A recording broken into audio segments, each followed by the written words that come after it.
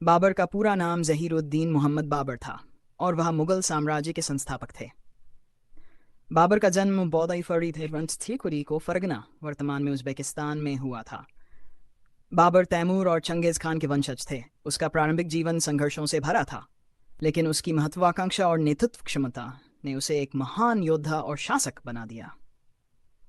बाबर ने अपनी प्रारंभिक युवा अवस्था में ही कई क्षेत्रों पर विजय प्राप्त की थी, लेकिन उसका सबसे बड़ा सपना हिंदुस्तान पर कब्जा करना था। माइवजबशिट्स में पानीपत की पहली लड़ाई में उसने दिल्ली के सुल्तान इब्राहिम लोदी को पराजित किया और मुगल साम्राज्य की नींव रखी। इस लड़ाई को भारतीय इतिहास में एक महत्वपूर्ण मोड़ माना जाता है।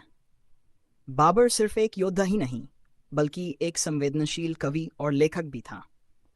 उसने बाबरनामा नामक एक आत्मकथा लिखी, जिसमें उसने अपने जीवन के संघर्षों और विजय की घटनाओं का वर्णन किया है। बाबर का दृष्टिकोण केवल सैन्य विजय तक सीमित नहीं था, बल्कि उसने भारतीय संस्कृति और कला को भी प्रभावित किया। हाफिज सजीम में बाबर की मृत्यु हो गई और उसके बाद उसका पुत्र हुमायूं मुगल साम्राज्य का उत्तराधिकारी बना।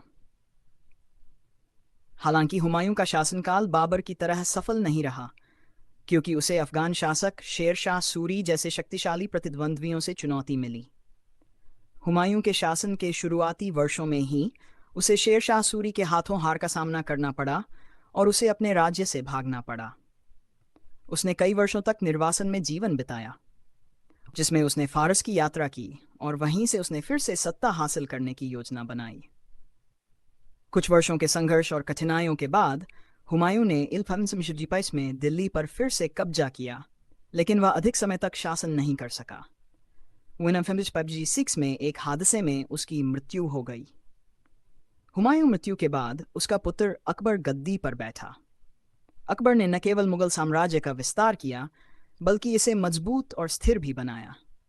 अकबर के कुशल शासन और दूरदर्शिता के कारण मुगल साम्राज्य अपने चरम पर पहुंचा और भारतीय इतिहास में एक नई दिशा मिली। बाबर की विरासत उसके वंशजों द्वारा समृद्ध हुई और उसने भारतीय उपमहाद्वीप में एक शक्तिशाली और स्थिर साम्राज्य की नींव रखी। उसके वंशजों, विशेष रूप से अकबर, जहांगीर, शाहजहां और औरंगजेब ने मुगल साम्राज्य को एक शक्तिशाली और सांस्कृतिक रूप से समृद्ध राज्य बनाया, जिसने भारतीय इतिहास और सभ्यता पर गहरा प्रभाव डाला। बाबर ने न केवल एक योद्धा और शासक के रूप में योगदान दिया, बल्कि एक सृजनशील व्यक्ति के रूप में भी अपनी छाप छोड़ी। उसकी साहित्यिक और सांस्कृतिक रुचियों ने मुगल साम्राज्य की सांस्कृतिक नींव को और मजबूत किया, जो उसके वंशजों के समय में और भी बढ़ी।